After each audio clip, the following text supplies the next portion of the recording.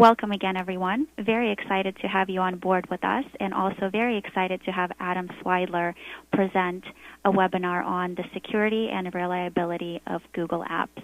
And I'll hand it over to Adam. Thanks very much, Anya, and welcome, everyone. Glad you could join us today. So Google Apps gets a lot of attention for the messaging and collaboration benefits, as well as the cost savings benefits that come with it when you deploy it throughout your enterprise or your organization.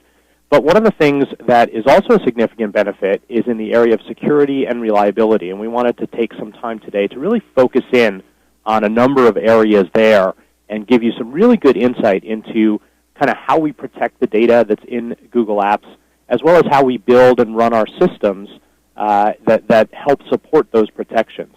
So what we're going to talk about for the next 45 minutes or so, we're going to start a little bit with what are some of the challenges that you face in your environment today, right? Because that's one of the measurements, one of the yardsticks that we want to use to compare the security and reliability benefits in Google Apps with what you've got today. Then you'll actually get a look inside our data centers to some degree at sort of how we build the systems, how we run them, how we design the systems for reliability, et cetera. We'll switch a little bit and talk about some of the control mechanisms that you have as an administrator of Google Apps within your domain, and a bit about how we handle authentication for the users to the service.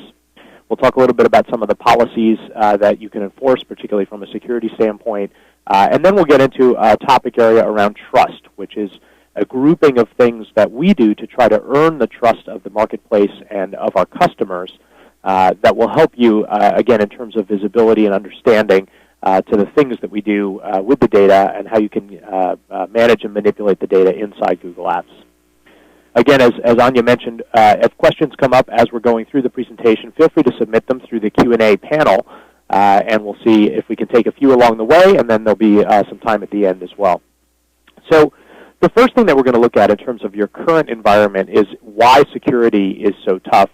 And one of those big areas is around patching your systems, right? So many of us have kind of developed an expertise or a core competency around rapidly deploying patches to the systems in our IT infrastructure. And we've gotten that way really because there hasn't been many other choices. It's a situation where the more systems you have, the more complex, challenging, expensive, and time-consuming the problem can get. So, of course, many of you out there have multiple operating systems, multiple applications, potentially different versions of those things. And then each one of them has their own patch lifecycle, and in particular, security patch lifecycle. There's a significant industry literally built around just managing patches and the patch process. And a survey that was completed, it's getting a little bit old now, but it was shown that on average, organizations can take between 25 and 56 days to deploy an operating system patch. Now, when I talk to companies and organizations, typically they're telling me they're doing much better than that they're deploying especially security-related patches in a much shorter time frame than that. And I sort of say, that's good, that's important. You want to be able to patch those vulnerabilities. But what has it taken for you to get to that stage in terms of an investment in time, investment in IT resources, et cetera? And of course, while people in your organization are working on those patches, whether they're downloading them, testing them, then deploying them, in some cases having to back them out if they're not working properly, that's all time spent on that process, which could be better spent on other IT-related activities. So this has really become, I think, a significant issue. I'm sure many of you on the line deal with it on a daily basis. It's probably become something that you're so familiar with it that it doesn't feel like a front and center pain like it used to. But I think there's a great opportunity in looking at Google Apps to really change the game around patching and get out of the business of patching at least a big chunk of the servers within your infrastructure by essentially shifting that burden to us. And I'll talk a little bit about how we handle that in a few slides.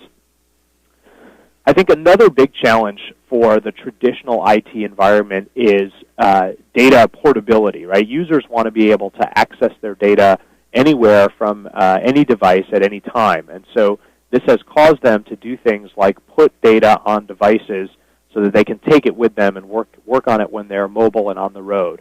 And so here are some statistics. there's a huge amount of data that resides on unprotected PC, desktops, and laptops. There's a lot of that is on laptop devices.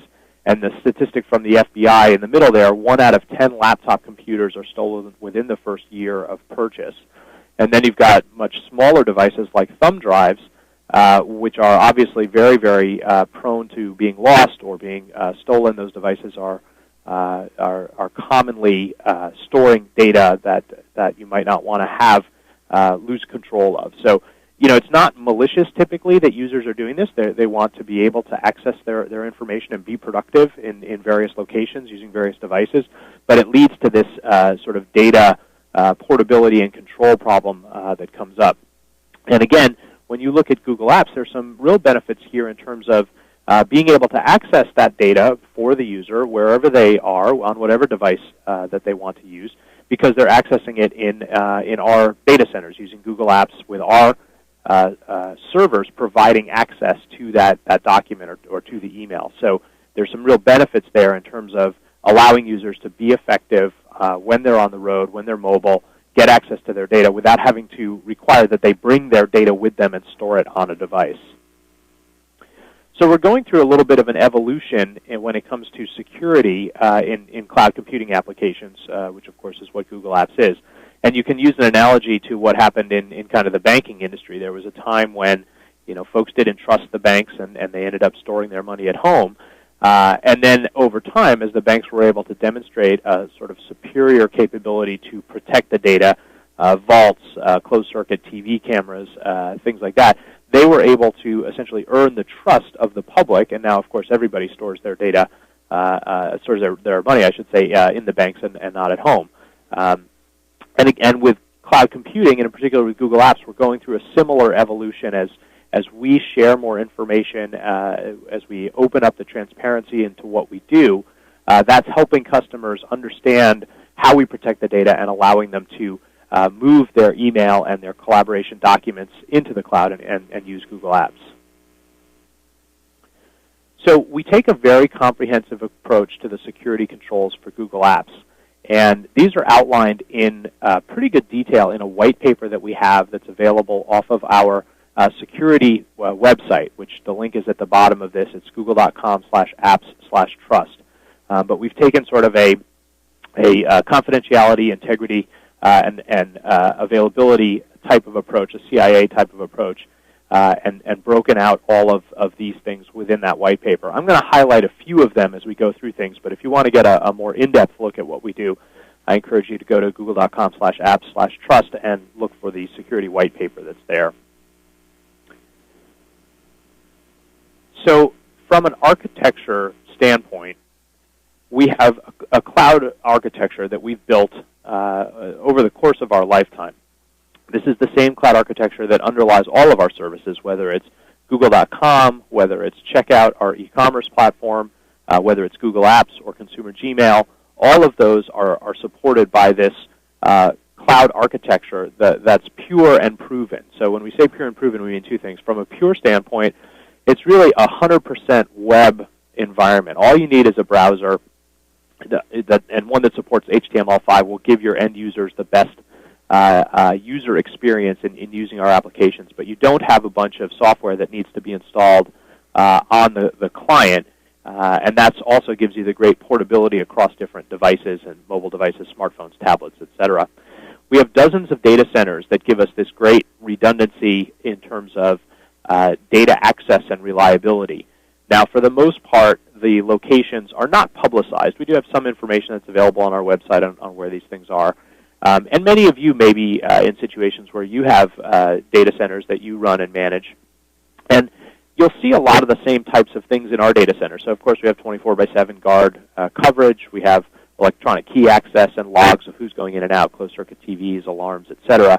We've got dual and redundant everything. So power supplies, internet connections, backup batteries, and diesel generators, all in place at the data center. So if there's any sort of isolated problem at any of the data centers, such as loss of power from the utility, loss of internet connection, there are redundancies in place at each one of the data centers. But then furthermore, the way we build our applications provides data replication, and that allows us, if there's a more significant issue with one of our data centers, to actually shift access for users to another data center seamlessly so that they can still get access to their email and their documents, even if one of our data centers is kind of entirely offline. So again, these are the types of things that you folks that manage and run your own data centers probably have similar types of things in place. We just do it on a much larger scale than most organizations, and we get some great efficiencies and economies of scale because of that. So as we sort of dive inside that building a little bit, if you will, and take a look at how we manage things inside the data centers, let's talk first about the actual servers that are in place there. We actually build all of our own servers. We design them anyway, and then we contract to have them built. They're made out of component hardware, again, to our own design specifications, but that allows us to do something that is significant from a security standpoint. We don't put any hardware that's unnecessary on these servers that go into the data centers. And that helps reduce the surface area for threats, if you will. It helps reduce the potential vulnerabilities that might be exploited, because this is a custom-built piece of hardware that is designed to support the cloud applications that we deliver, including Google Apps. Similarly, on the software side, we have a hardened custom version of the Linux operating system running on these custom hardware, and that also really helps to combine to create a reduced vulnerability set because there's no unnecessary drivers or unnecessary code built into the kernel when we assemble it. So there's a real significant security benefit, I think, that's very different from a lot of traditional IT environments where you're dealing with, some of the more commercially available operating systems, and again, going through this sort of never-ending treadmill of vulnerability discovery and patches and things like that. The other real significant benefit from the homogeneous system standpoint is our ability to very rapidly update all of these systems. They're all virtually identical across our entire infrastructure, and our ability to very rapidly update them when we have to. So again, we talked about the reduced set of vulnerabilities. There are certainly some times when we identify a vulnerability and a patch that we want to roll out. We're able to do that very, very rapidly, and of course that's completely seamless and hidden from our end users and our customers. There's no need for them to deal with any of that patching or to spend any of those cycles on patch management. From a data distribution standpoint, data storage standpoint, we have what's called a multi-tenant model. So we have a storage mechanism that's known as the Google File System, GFS. There's been some academic papers published about that. And what it does is allow us to share data across multiple different servers, multiple different hard drives within a data center, and so that there's no one server that has a full set of readable data for a corporation or for a user.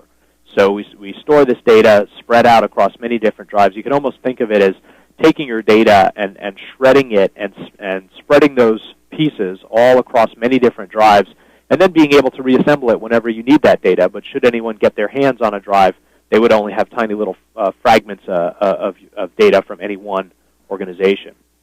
Now, we also do something that's called obfuscation of the data on disk. And what that means is that it's not stored in a clear text mechanism. So again, if someone were to get their hands on a drive, they wouldn't be able to read the data that's on there, and it would only be fragments of data from various users within our usage base. Now, when it comes to asset management and sort of the life of a hard drive, we have a very robust process for labeling and then tracking hard drives when they come into our data centers. And when a hard drive starts to exhibit signs that it's not performing up to standard, we send a technician out to the data center. They scan the drive. They remove it from the rack. They bring it to a further secured facility, so a caged facility inside the data center, where they then analyze the drive. In order to ensure that there's no trace of data on the drive, we go through a write once, read twice process. So we overwrite all the data that was on that drive. And of course, because we have data replication, your data is still safe and available. It's just that drive that we're looking at that we overwrite. And then we see if the drive is able to perform at the level that we need it to put it back into circulation. If it's not, we actually destroy that drive in that caged facility before it leaves the data center. And so that further ensures that no one is able to potentially do any dumpster diving or anything like that to obtain customer or user data off of drives that we use in the data centers. And there are multiple checkpoints along the way that validate this asset management process. So that gives you a little bit of a look kind of inside the data centers in terms of what we're doing kind of behind the scenes.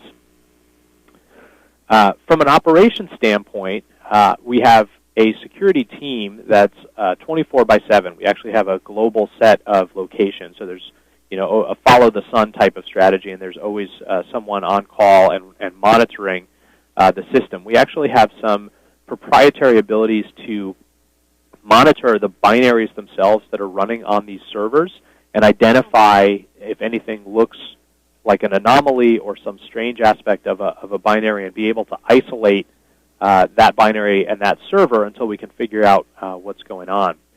From an incident standpoint, we have a standard process that's based on a NIST guideline, which is a standards body for all kinds of technology things. They have one specifically for incident response, and that includes an incident coordinator, steps to remediate the incident, and where appropriate, notification to a customer that an incident may have occurred. So if something were to happen, if there was an incident where Google Apps customer data was affected in some way, we reach out to the customer, we notify them what's going on, and work with them to identify and implement remediation for that incident. From a network security standpoint, we take a multiple layer approach. We have very, very tight control of the size and the makeup of our network perimeter. And again, we have some abilities here to really monitor the traffic and only allow authorized services and protocols to transit through the network. So we have some great abilities to spot things that look malicious potentially and stop them in moving through the network. Part of that are these intelligent detection controls that are at various data points, and our ability to automatically drop any unauthorized packets is a key part of that network security. And then finally, access to the network devices is, of course, limited to only authorized administrative personnel, and we'll talk about other aspects in terms of how we control who has access to which pieces of the infrastructure that is important in terms of being able to put your data in Google Apps and know that it's protected. So reliability, I think, is a huge benefit that we can talk about when it comes to Google Apps. So in 2010, we were actually able to achieve a 99.984% uptime for Gmail, which is even higher than our standard 99.9% SLA that we offer for Google Apps and for Gmail. And so that equates to about 7 minutes of downtime per month. And if we look at some comparison data from average implementations of on-premise email servers coming from an analysis study done in 2010, we see that reliability metric for Gmail results in about a 32 times more reliable than the average on-premise email server, and about 46 times more reliable than Microsoft Exchange, which is the leading on-premise email server. And in particular, one of the things to keep in mind around measuring uptime and reliability is this distinction between planned and unplanned downtime. One of the things that sometimes happens is when you're measuring reliability and measuring uptime, you sort of discount the planned downtime, and you sort of say, well, we've got planned maintenance windows and things like that, so that doesn't count against our measurement of availability. Well, I think it's important to keep that in mind, because it is the same type of situation where users cannot access their email or their documents. And so when you look at the combined planned and unplanned downtime, I think that's where the difference becomes even more significant. When we announced that we had this level of performance recorded for 2010, we actually updated our SLA to specifically say that Google Apps has no scheduled maintenance downtime at all, and that's directly written into the SLA in terms of how we manage these things. So that's kind of the new SLA piece that we put in there. And again, I think it's also important to consider that this type of reliability is being delivered at the same time that we're adding new features, at the same time that we're adding new users, allowing you to add new users without you having to spin up any infrastructure to support that, without you having to deploy any software to get those new features. So I think it's a great combination of reliability and the evolution of the capabilities at the same time. One of the things that we work hard to do is provide visibility and transparency into what's going on with the system. So again, in this theme of reliability, we have what's known as the App Status Dashboard, which is a place you can go. It's publicly accessible. There's no user login or password required. And you can see the status of the systems at any given time. And we just recently rolled out sort of an updated look to the status dashboard, and it includes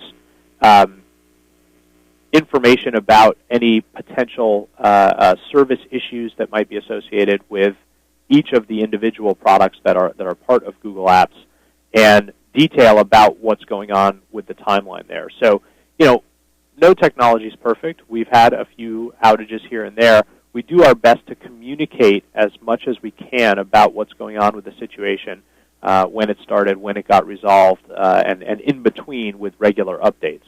And I think that's, again, an area in terms of our desire to be as transparent as we can about what's going on with the services and provide that information in the most accessible fashion to our users. So the App Status Dashboard is a great way for us to get that information out there. So as an administrator, you have access to a pretty powerful set of administrative tools. We're looking at something that's called the Control Panel. This gives you control over a number of things. Some of them are at the domain-wide level and control things around users and groups and things like that. Then you have a set of service settings and policies, so within a given application such as email or Google Docs, being able to apply settings and policies for individual users or groups of users. And then if you're using any third-party tools, they're also controlled through the Google Apps Control Panel. So it's a nice central interface point and set of administrative tools that you have access to manage and run your implementation of Google Apps that you're using for your domain. One of the things that we added to the Control Panel just recently was something called the audit log. And so this is a log of administrator changes. So people that are creating new users, people that are generating new passwords.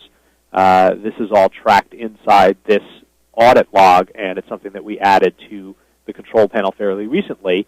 And again, I think a good indication that in addition to new features and functions that are end-user oriented, we continue to add new features and functions that are more administrative user oriented. So, the notion that this innovation applies to both end users and to administrators, I think, is an important one. So now we're going to talk a little bit about authentication. Unless do we have any questions? I think we've got a few coming in. Maybe we can take a couple of questions.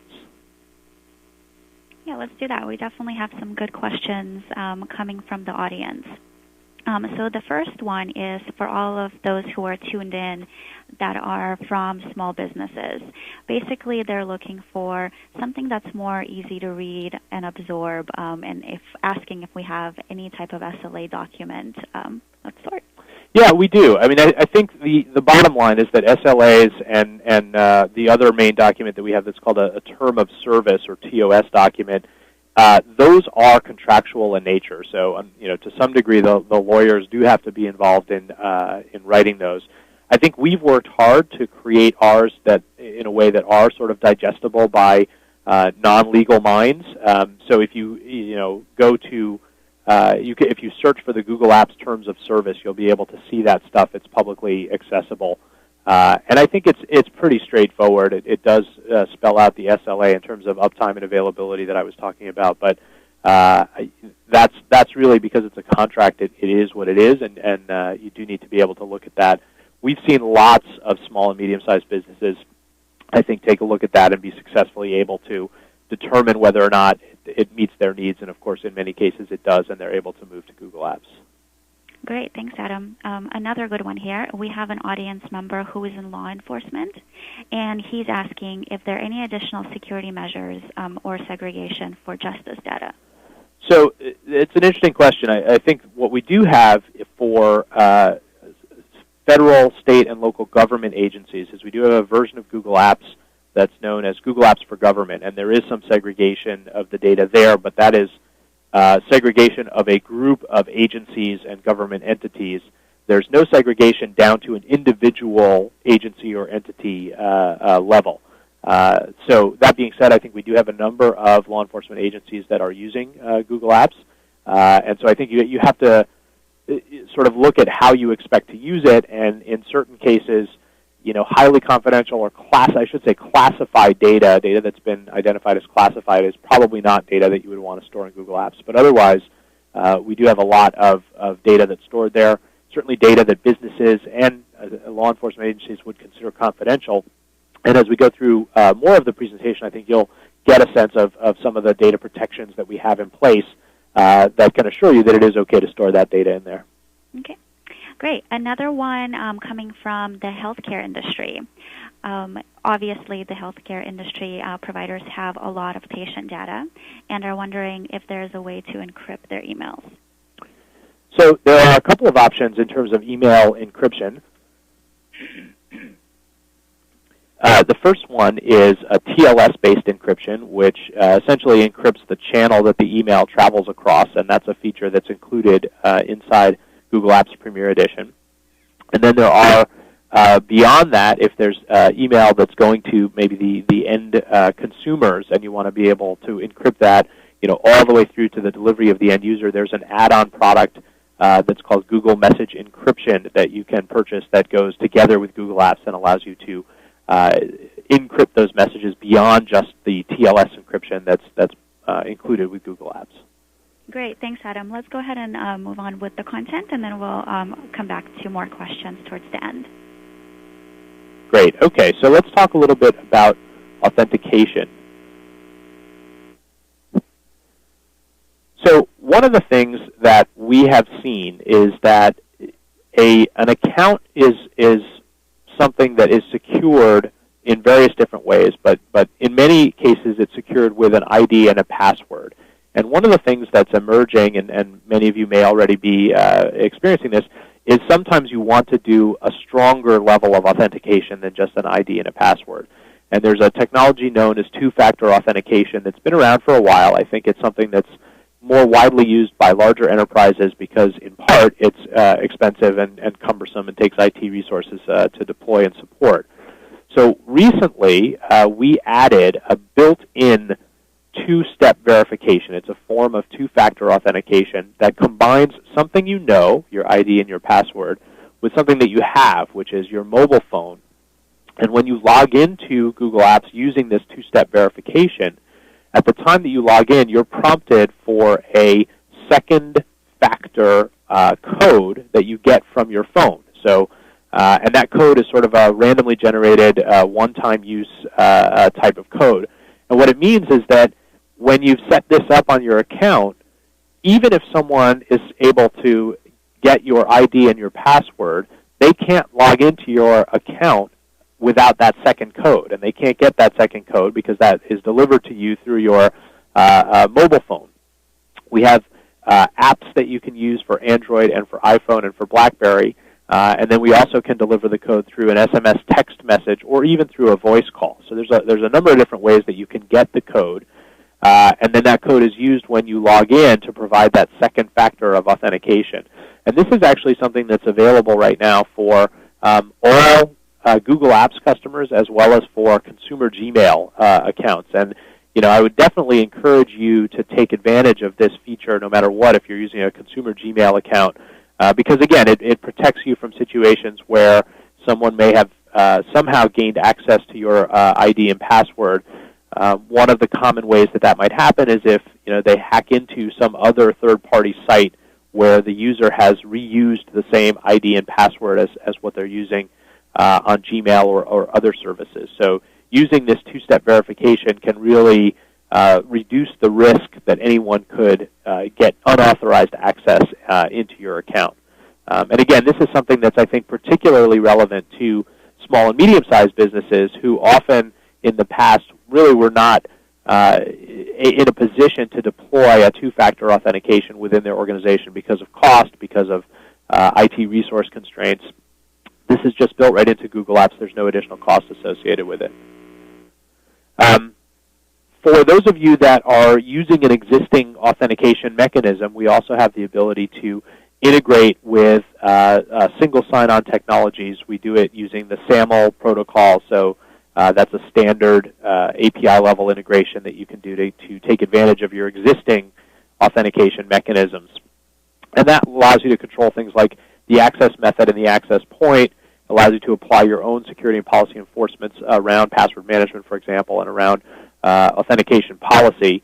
And so you could sort of say if you've got something today, you can use Google Apps and have the same level of security and control as what you have today from an authentication standpoint. The other option, of course, being to use our default, our built-in two-factor authentication if you don't have something like that in place today. So it's flexible in terms of how we allow you to integrate and take advantage of our authentication capabilities. From an identity management standpoint, we have a utility that allows you to synchronize your corporate directory using the LDAP standard and update your identity information into Google Apps. And so many customers on the small, medium, and certainly large size take advantage of this because they've invested something to create their corporate directory, either LDAP or Active Directory. And taking this utility gives you great control in terms of what information gets updated to Google Apps, how often it gets updated, lets you handle things like user, change, add, move, delete, etc. And so it's a nice way to keep that data synchronized in an automated fashion up on Google Apps. So I'll talk a little bit now about policy aspects and compliance aspects of Google Apps. So for those of you that have a heavy requirement around kind of e-discovery or compliance audits, there is an add-on product for Google Apps that's known as Google Message Discovery. And this is basically an email archive that includes retention management capabilities. So it captures all the messages that are being sent to and from your organization and within your organization and puts them in an archive so that it is preserved based on your standard retention policies up to 10 years and can also do the automatic deletion of messages that have reached their expiration point at the end of your policy, but also can apply a hold on any messages that need to be retained. So for those of you that have been involved in these types of things, you know that when you are involved in a lawsuit or have a reasonable expectation of such action, you need to preserve some of those email messages, perhaps beyond the standard retention period. So this Google Message Discovery gives you the ability to do that. It also gives you some capabilities to search through the email archive, and this would be a search being done typically by an administrator or maybe by your corporate counsel for specific messages that may be relevant to a particular matter. And then once you've identified those messages, you can export those messages into a PSD or MBOX format for further processing in that discovery or compliance process.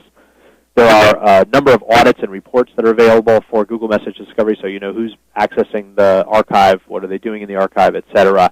And again, this is a sort of complementary add-on technology that's relevant to folks that are in situations where they have a lot of discovery needs or they have a lot of compliance needs. Here's what the interfaces for searching the archive look like. You can search for all of the standard things, dates, date ranges, keywords with different logical constructs, search both the subject, search file names, search the attachments to any of the messages that are in the archive. And then you can also do more advanced and sophisticated searching, entering your own query strings. So we use a sort of open source library that's known as Lucene that provides a syntax for entering those queries, and they can be entered into that right side dialog box for doing more advanced searches, proximity searches, things of that nature. So again, that's all part of the Google Message Discovery product, an add-on to Google Apps. Another area that comes up a lot when we talk about Google Apps and security is this area of mobile security. We've talked about a little bit that Google Apps is a tremendously valuable tool because it can be used on these different mobile devices. But how do we as an organization sort of manage and allow our users to safely and successfully use these different devices? Well, we have a capability known as mobile device management that's built right into Google Apps. It's part of the control panel. And it gives you some pretty good degree of control over what folks can do or need to do with their mobile devices. So, for example, doing certain password management things like requiring them to have a password on the phone, setting some links and other requirements for the passwords on those phones, wiping the device after a certain number of failed password attempts, remote wiping the device if it's lost or stolen. All of these are examples of mobile device management policies that you can apply, and we apply it across different types of mobile devices. So not everything is available on every type of device. You kind of need to look explicitly at what device type you're supporting, whether it's an iPhone, whether it's a BlackBerry, whether it's an Android device, and then there are specific sets of these policies that are available. But again, it's an area where we've been evolving. We rolled out some new stuff over the summer this past year to enhance this capability. And I think, again, it's all in the notion of how do we enable our users to safely and successfully use these mobile devices to access their corporate data and be able to do that in a way that we authorize and we approve and we feel protects our data in an effective way. So now let's talk a little bit about sort of matters of trust, if you will. We do a lot to protect your privacy internally. So our software development process itself has specific checkpoints and focus areas around privacy. Of course, we do it for security as well, but we've also spent a lot of time looking at privacy and understanding how we're going to handle data that is customer data that's confidential and private. And that's built right into our software development process, from design to coding and testing, and finally to deployment and production. There's a very tight control over who has access to the systems and might potentially have access to customer data. It's a least privilege access list. It has VP oversight, and it's managed on a regular basis to ensure that it is current and only the appropriate people have access to it. And folks that do have access to systems where there's customer data go through a set of background checks before they're hired to work here at Google. Our culture is very focused on security and privacy, and you can kind of get a glimpse of that if you look at our code of conduct that's available out on our corporate website. It's something that we think about in everything that we do. It's something that kind of pervades our DNA, if you will, because of our existence on the Internet and our development of applications that, from the very beginning, were built as Internet service-oriented, now known as cloud applications. So that stuff is both built into our processes and built into our culture. One thing that I think is important, and again, this is back to the question of simple language in these documents. If you look at our terms of service and our contracts, you'll see that we're very clear that you own your data. We do not own your data. There's a specific descriptor for that. You are the data controller. That's a term that's used more prevalently over in Europe, for example. That makes us the data processor. And you can delete or remove your data at any time. And in our privacy policy, you can see information on exactly how that works when you want to delete the data from our system. So the privacy policy is another document that, although written by lawyers, I think we've done a lot of work to make it understandable for non-lawyers. And I think it does stand in contrast to some of the other click-through type agreements that many of you probably encounter from time to time as you're interacting with other services. So I encourage you to take a look at that, google.com/privacy, and you can see that, for example, we don't share your information with third parties. For Google Apps Premier and education and government users, when you turn off the advertising, we're not scanning anything for advertising purposes. So you have some, I think, good information and assurances there in the privacy policy about how we handle those things. So we also protect your privacy externally in a number of different ways. I talked about the privacy policy. We also are very active in terms of defending our users' privacy from various things. One of them is government requests. So because we have data in our systems, and it's data from consumers, it's data from businesses, we do get requests from governments for information about that.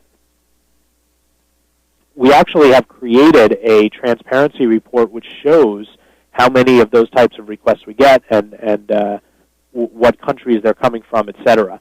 Now, I think this is interesting because it's our ability to be as transparent as we can about these types of things. And if you look at some of the other cloud providers that are out there, you're not seeing this level of disclosure. They're getting the same types of requests that we are, especially the big ones.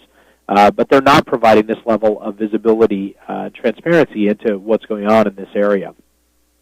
So I encourage you to take a look at that. The other thing to point out about those is, the vast majority of those requests are for consumer Gmail accounts that are involved in some sort of criminal investigation. So there's really very little to be concerned about as a business organization that's not, conducting any nefarious activities. To be concerned about government requests for data. And then finally, we are U.S. EU Safe Harbor certified. So if you've got parts of your organization that are located over in Europe, there's a standard mechanism that allows for the data transfer to occur between Europe and the U.S. In a way that it is effectively protected and the privacy is covered. And you can see information on that Safe Harbor certification on the export.gov/Safe Harbor website that's listed there. So we also have a really good history of advocating for privacy and a history of challenging the government when they do come and ask for information. And there's a couple of short links there for a case where, this was a couple years ago, where the government was asking for search history across a very wide range of users. And we were successful in pushing back on that. Now, a lot of these situations where there is a request from a government, our standard process is to review that and to make sure that it is appropriate and, where necessary, push back on that request and sort of contest it to whichever court or agency is requesting that information. So those two links there provide some cases that have been publicly disclosed. I talked about the transparency report. The other thing that we're doing is working to reform the Electronic Communications Protection Act, or the ECPA. This is a piece of legislation that has been outpaced by technology, basically, and we are working together with a number of other industry members as well as trade associations to really affect a reform on that I think will be beneficial for both consumer end users and for businesses. So in terms of aspects of trusting Google, we talked a little bit about sort of the control panel and the administrative tools that you get. The other thing to point out is what's known as the profile dashboard, if you will. So it's different from the app status dashboard that we talked about before. This is a dashboard that sort of shows you what information does Google know and associate with a particular profile. And so again, you can look at this for your consumer Gmail ID if you have one now. And you can also control the information that's in there and restrict what is visible to others, etc. Now, from a confidence standpoint, there's a couple of key third-party certifications that are worth mentioning. They are SSAE 16 and its international counterpart ISAE 3402. These are updates to what used to be known as the SAS 70 audit. And what it basically means is that a third-party auditor comes in and certifies the data protections and security controls that we have in place within our systems. And so this is something that has become a little bit of a standard in the cloud application provider space, and it gives you, again, some assurances that a third party has come in and verified that these data protections are, in fact, in place. And then again, on the Google Apps for Government edition, for those of you that are in state or local government or federal government agencies, we also have a FISMA certification. So that's something that's required in order for those agencies to use our products and to use Google Apps. And again, in particular, that's a very rigorous third-party evaluation of security and data protection controls that I think is useful, both in the Google Apps for Government space, but also I think somewhat applicable in the private sector space as a third-party attestation about what we do there. And then finally, on the choice standpoint, it's very important that that our users are using our system because they love our applications and they get great value out of it. But if for any reason they don't want to use our applications anymore, we've worked hard to enable them to take the data out of our systems. And that's what this thing on the right that has a D and an L with a fist in it, that is the symbol for the Data Liberation Front, which is an organization within Google. It's an engineering team that's dedicated to allowing people to get their information out of Google Apps very, very effectively. And so not just Google Apps, but all of the Google applications, both consumer and business, are documented in terms of getting data out on the Data Liberation Front. And you can go to their website at dataliberation.org. So we're not about locking users into our applications. We're about them using them because they get value out of them and they enjoy them, and they're good applications to use. But if there's any reason that you do want to take your data, we provide documentation and utilities, et cetera, to help you do that. And again, I think when you look at cloud vendors and other types of cloud applications, you really want to evaluate that. What is the potential exit strategy if you need to get your data out of the application? So security is really a big part of our DNA. We have an information security team that is comprised of over 250 people that are monitoring the systems 24/7. That team is comprised of some of the world's foremost experts. They come from corporate world, they come from academia, and I think especially if you're a small or medium-sized business, it's really hard to identify and maintain a dedicated team of security expertise, but if you're running your own on-premise servers, you don't have a choice. You have to do something along those lines. If you move to Google Apps, you get to take advantage of our expertise in security, and obviously that's working to protect the data that's inside Google Apps. From a process standpoint, we talked about the ability to have the data centralized to be accessed by users across an internet connection and not having to have data leakage due to a proliferation of data on devices that could potentially be lost. We talked about the patching pieces that we do that eliminate the burden on you from having to do that, at least for this set of applications. And we talked a little bit about the audits for the SSAE 16 and the ISAE 3402, so that third-party verification of our processes that helps ensure that the data is effectively secured and protected. And then we talked about our technology stack, both from an operations standpoint as well as from a infrastructure and server standpoint earlier in the presentation. And again, this is the same security that protects Google.com. Our own corporate data is within these data centers, within these servers, within these applications. And you can get that same level of protection for your data as well when you move to Google Apps. So just kind of in summary here before we move into Q&A, we're able to bring huge economies of scale to security. So there's benefits obviously on the messaging and collaboration side in terms of cost, but there's also great benefits in terms of security from the scale at which we operate these things. We've built our data centers to physically and logically protect the data that's stored in there. There are great control mechanisms both on our side to protect your privacy internally, but also on your side to help protect and secure the data that you put in Google Apps. I think there's some real authentication advantages in terms of the built-in two-step verification, especially for small and medium-sized businesses.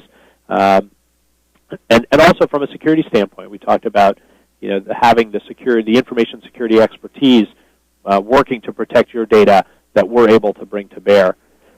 Remote access is encrypted, so this really relates to your sessions as a user. When you access Google Apps, it's going through an encrypted HTTPS type of connection. So as the data moves back and forth between your browser and our servers, that data is encrypted. Endpoint data minimized, we talked about that because of our ability to share the documents and get access to email without having to have copies of it on the end devices. And we have a policy management framework that we talked about and how we control that through the control panel tool. And then finally, I mean, customer trust means everything to us. It's so easy to do things that lose trust. And, for example, if you have a lot of issues with services and outages and you're not transparent and sharing of information about what's going on there, it's very easy to lose the trust of the customer base. But we're working extremely hard to earn that trust and to keep that trust. And doing events like this and presenting some of this information and publishing our security white paper and building the Trust website are all examples of how we're trying to provide that visibility and transparency to our users. So with that, I'd like to thank everyone for spending the time with us, and we'll move into Q&A, although I do want to point out just a link there on the bottom. If you do have more information, you can go to google.com/apps, and there's a link to contact sales there. So if you click on that link, you can get in touch with folks that can answer additional questions for you. And also google.com/apps/trust is a resource for more information on these security and reliability areas as well. And with that, Anya, I'll open it up and see if we have some other questions that have come in. We do. We have a very engaged audience today, so thank you, Adam. The one that has appeared quite often so far is about how the U.S. government asks for information from Google. Can you describe how Google handles these types of situations?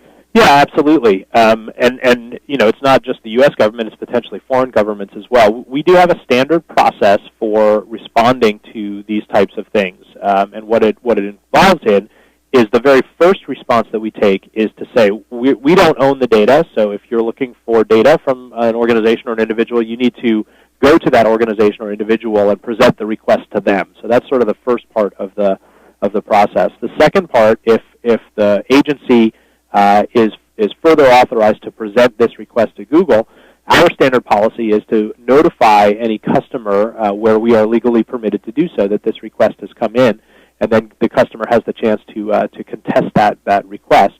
And so that's another part of our process there. We also have a team of specially trained people, including lawyers, that review these requests and kind of contest them or push back when we feel they're too broad or too vague. And we have, I think, again, there's a couple of examples I talked about earlier, a good history of pushing back on those things. So again, for some small and medium-sized businesses, perhaps that's a little bit of a benefit because they may not have the resources to be able to analyze those things and look at them in the same level of detail and scrutiny that we're able to do. As we go through these processes, again, if the customer is able to successfully contest the request for that information, we won't provide that information to the government agency that's looking for it. Ultimately, as these processes move their way through the flow, we are a U.S. corporation. We are subject to the law, so there are certain cases where we are providing information that is asked for by government agencies. So, again, at a high level, that's the standard approach, and that's how we handle those requests.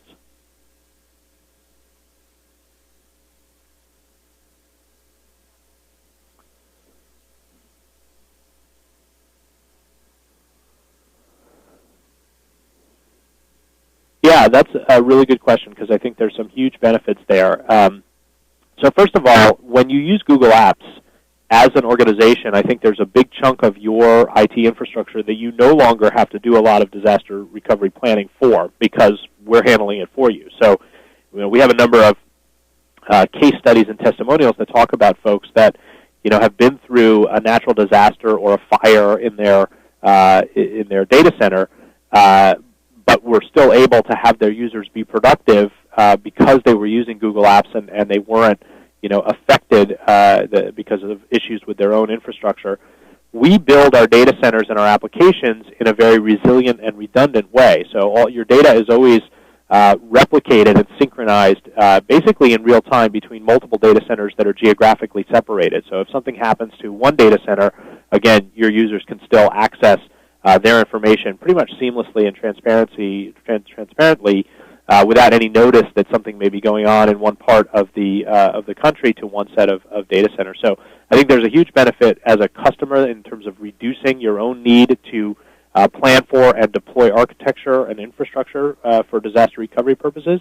And then there's sort of the side of how we do it that allows you to avoid that on your own part. So, small and medium-sized businesses, in a lot of cases, it's challenging to have all that additional infrastructure. And with Google Apps, you just don't need it. We take care of it for you. Great. Thank you again. Awesome content. Thanks for joining us today, everyone. As I mentioned, I will be sending all of this out to you just in a few days. And stay tuned for more webinar invites from us. We're going to be doing 2 more security-focused webinars in the next 2 months, so look out for those invitations. And thank you so much again, Adam. Thank you, Anya.